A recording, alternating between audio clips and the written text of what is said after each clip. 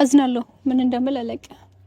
ማለት ከመጀመሪያውም ልቤ የሆነ ነገር ሲፈራ እንትን ማለት ነበረብኝ። ይሄ ነገር እንደሚፈጠር መገመት ነበረብኝ፣ ግን አላሰብኩትም ነበረ። ማለት አምኜህ ነበረ።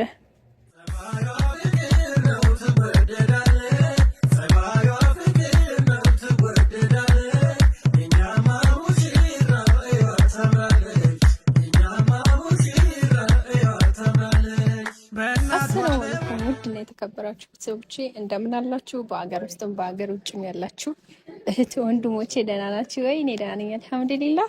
ዛሬ እንግዲህ በጣም ሶፊ ያለ ረጅም ጊዜ ማለት በቃ ምኞቴ እንዲበላሽብኝ አልፈልግም። ይሄ ረጅም ጊዜ ህልሜ ነው እና ደግሞ ያው ዛሬ እንግዲህ በጣም ደስም ብሎኛልም ከፍቶኛልም። ሀፋፍ ያው የከፋኝ በጓደኞቼ እና በአንዳንድ ሰዎች ነው።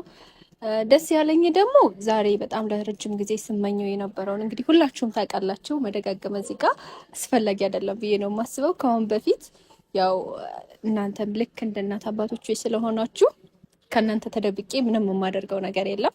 ሁሉን ነገር አሳውቂያችኋለሁ ማለት ነው። እኔና ፉፉ ያለንበትን ነገር ታውቃላችሁ አይደል? ነው አታውቁም?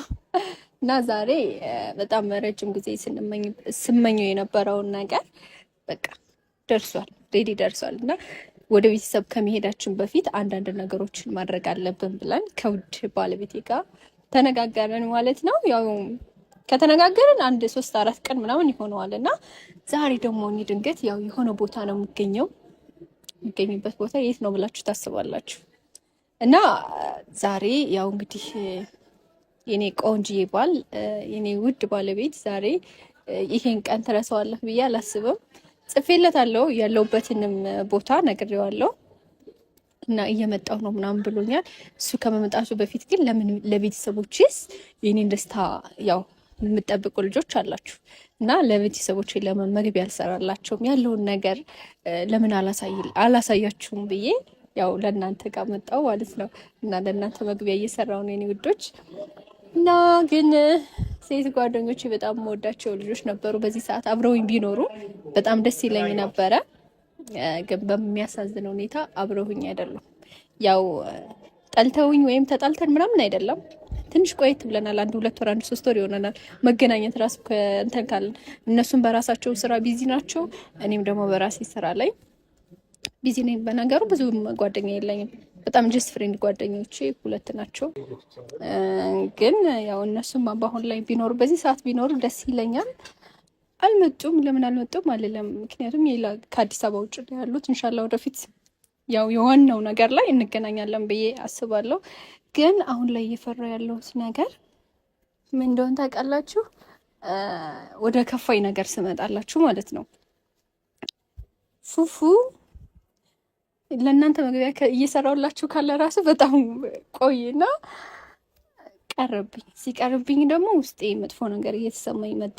ምክንያቱም ያው እሱን ሰሞኑን ያለውን ነገር ታውቃላችሁ እና አስረዳዋለሁ ምናምን በተደጋጋሚ እየደበረው ነው ያለ። እኔ ማለት እኔን እንዳይከፋኝ እኔን እንዳይደብረኝ እያደረገ ያለ ነገር መስሎ ነው እየተሰማኝ ያለው እና አሁንም ደግሞ እንደዛ ብሎ በጣም ረጅም ሰዓት ምናምን ሆኖ ቀረ። አላውቅም ማለት እኔ ፉን አምነዋለሁ፣ ወደዋለሁ፣ አከብረዋለሁ። እሱም ደግሞ እንደሚወደኝ እንደሚያከብረኝ ነው ማስበው እና ግን ደግሞ ምን ይታወቃል የሰው ልጅ ተገልብጦም ቢሆንስ እና ሁለተኛ የሆነ ማለት ልቤ እንዳይሰበር ምናምን ነገር እየፈራው ነው። ቤተሰብ ደግሞ በጣም ጓጉቶ የሁለታችንን ቤተሰብ በጣም ጓጉቶ እየጠበቁን ያሉት ቀናቶች ናቸው እነዚህ ሳምንቶች ምናምን። በጣም ቤተሰብ ጓጉቶ እየጠበቀን ያለና የሆነ ሰዓት ማለት ቴክስት ስጥፍለት ተሎ ነበር የሚመልሰው። የሆነ በቃ ተጨንቆ እኔ እንዲሁም አልደውልም ማለት ትችላላችሁ። እሱ ቀን በቀን ነው በቃ ቼክ የሚያደርገኝ የሚደውልልኝ ምናምን ነገር እና ግን በቃ በዚህ 2 ቀን በተፈጠረው ነገር ትንሽ ወደኋላ ችላ ምናምን ነገር እያለ ነው እና ያ ነገር ደግሞ እኔ ኮንፈርት አልሰጠኝም። ማለት ቤተሰቦችንም ማሳዘን አልፈልግም። በዚህ እኔ በቃ ካሁን በኋላ እናት አባቶቼ እኔን ደስታ ነው የሚፈልጉት እና እነሱን ማስደሰት እፈልጋለሁ። እነሱን ማስከፋት አልፈልግም እና ያንን ነገር ደግሞ ሳስብ እንደገና መልሼ እንትን እላለሁ ማለት መልሼ በቃ አይ ሶፊ ትዕግስተኛ መሆን አለብሽ፣ ታጋሽ መሆን አለብሽ፣ ጠንካራ መሆን አለብሽ እላለሁኝ። እና አንዳንዴ ደግሞ በቃ ሁሉንም ነገር አቋርጮ የሚለኝ ነገር ይመጣል እንደዚህ ሲቀየርብኝ ማለት ነው። ለምን በጣም የሆነ ሰው በጣም ወዷችሁ እየተንከባከባችሁ ምናምን የሚያሳያችሁን ፍቅር እንደገና ደግሞ ወደ ኋላ ሲመልሰው ምንድን ነው የሚሰማችሁ? እንደዚህ አይነት ስሜት እየተሰማኝ ነው ያለና ፊቴ ራሱ ከማዘንና ምን ልበላችሁ እንትን ብሏል። በቃ ደብሮታል። የደበረ ፊት ነው ያለኝ እና አሁንም ቀረብኝ። እኔ እንጃ ማለት ይሄን ቀን ከኔ በላይ እንደውም እሱ ነው በቃ እንትን የሚል ይሄን ቀን በጣም ጓጉቶ ሲጠብቀው የነበረው እና በቃ መቼ ነው እንደዚህ ምናምን የመስክ ፎቶ የምንነሳው? መቼ ነው በቃ ሱፋችን ለብሰን ፔሏችን ምናምን አንቺ ፔሎ ለብሰሽ እኔም ሱፍ ለብሼ የመስክ ቦታ የምንወጣው?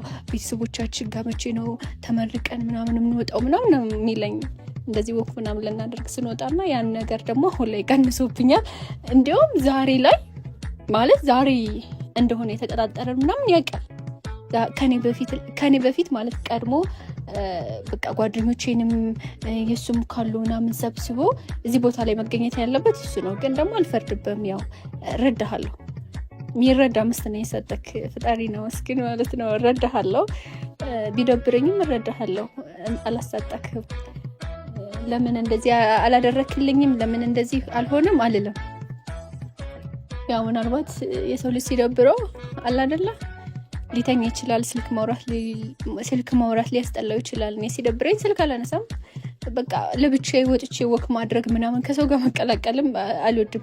በቃ ወጥቼ ወይ ማልቀስ ወይም ቤት ዘግቼ ማልቀስ ነው የሚያስደስተኝና የሁለታችንም ባህሪ ሊለያይ ይችላልና ያ ቤተሰቦቼ ወደ ዋናው ነገር በቃ ሊሄድ እሱ ቀርቶብኛል። ግን ደግሞ ልብሱን እየለበስኩኝ ልጠብቀው። ለምን አላሳያችሁም? ለእናንተስ ያው እንግዲህ ከባሌ ጋር የምጣመርበትን ልብስ ማለት ነው ለምን አላሳያችሁም? እና በቃ እስቲ ማለት ላሳያችሁና ያለውን ነገር ደግሞ ቆይት ብለን ብናወራ ይሻላል።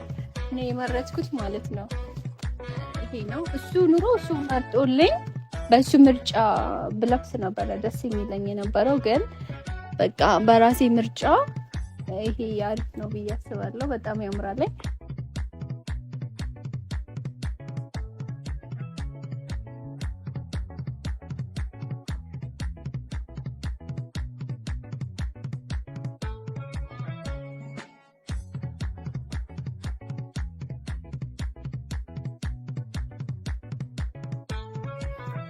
እና ቤተሰቦቼ ይሄን የመረጥኩት እንዴት አያችሁት? አሪፍ ነው። ያለውን ነገር ደግሞ ለብሼ ለውና ላሳያችሁ። ለብሰን እስቲ እንግዲህ ያለውን ነገር ምናይ ይሆናል። ላሳያችሁ። ልልበስ፣ ጠብቁኛል።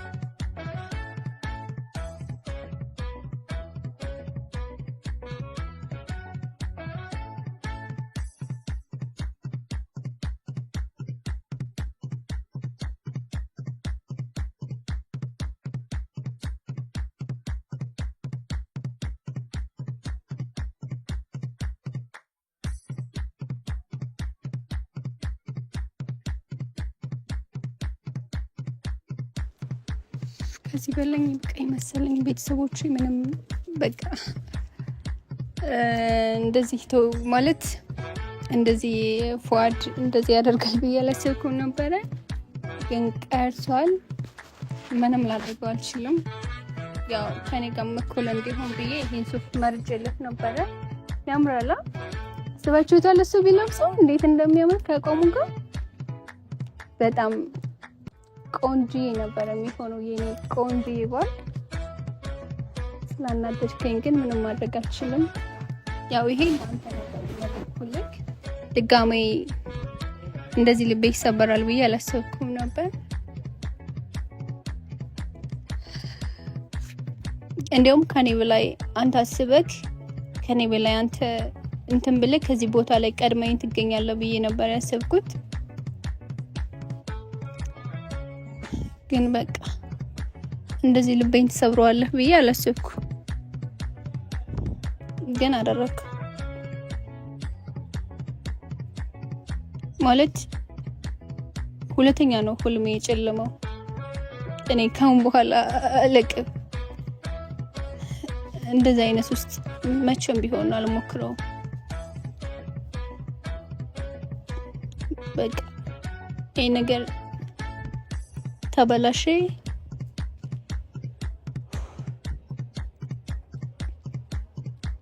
አዝናለሁ። ምን እንደምል አላውቅም።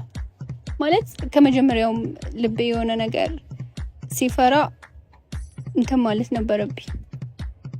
ይሄ ነገር እንደሚፈጠር መገመት ነበረብኝ። ግን አላሰብኩትም ነበረ። ማለት አምኜህ ነበረ።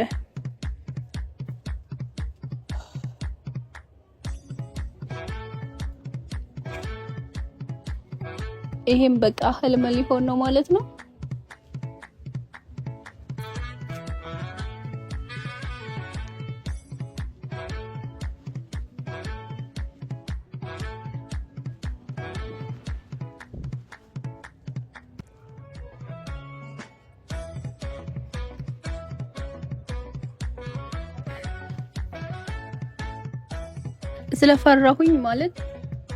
ስለፈራሁኝ ቀለበት እንዳደረገልኝ የራሱ አልተናገርኩም ነበር። መጨረሻውን ሳላቅ እዚህ ጋር መጥቼ እንትን ማለት አልፈለኩም ነበር። ማውራት አልፈለኩም ነበር። እዩኝ በኋላ ደብቁኝ ይመጣል አይደል የሚባለው። ለዛም ነገሮችን ወደ ኋላ ሳብ አድርጌያቸው ነበር።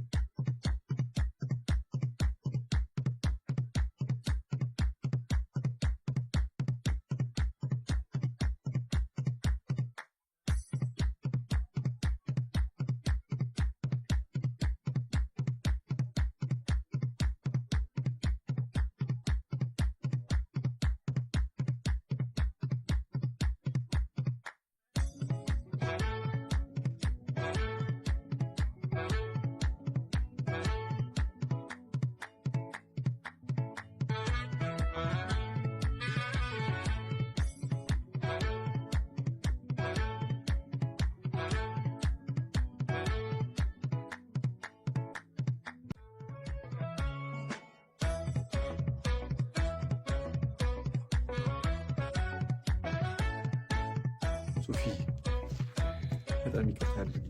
ማለት የሆነ ከባድ ነገር ገጥሞኝ ነውና ላስደብርሽ ፈልጌ አይደለም። ቃሉ እንደከፋሽ ምናምን ግን አስቤ ሆን ብዬ ያደረኩት ነገር አይደለምና በጣም ይቅርታ።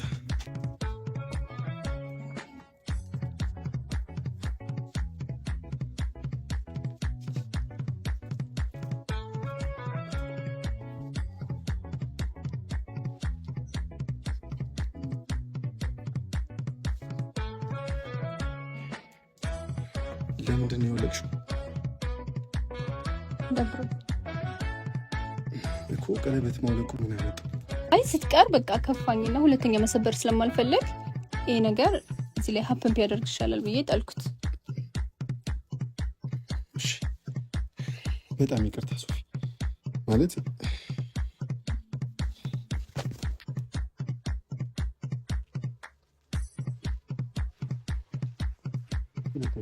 ነገር አይለመደኝም። ማለት አሁን ደስተኛ ነኝ። አሁን መደሰት ነው የሚገባሽ። ከዚህ በኋላ ጥሩ ነገር ነው ልናስብ የሚገባው። አሁን ሰርጋችን እየተቃረበ ነው። ይሄን ሁሉ አንተ ነበር የመረጥኩልህ አይሆንም? ለምን ይረጥ? ኦኬ እሺ አልቀውና ልክ እሺ። አንደኛን ቀለበቱን በማድረግልሽ ሱፌን ለብሼ መሆን ይኖርበታል ማለት ነው። እሺ ደስ ይለኛል። ቤተሰብ ያው በጣም ደብሮኝ ነበር። አሁን ደስ ብሎኛል። እንዴት ነው ቀደም አዝኜ ነበረ እንትኑ ፔሎይን እያሳያችሁ የነበረውና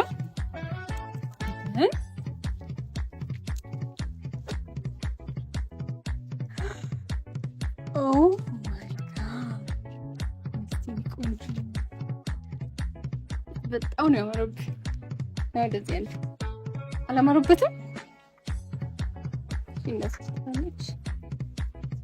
ይጀርባ ላይ ቋጥ እንካይና እንደያዘው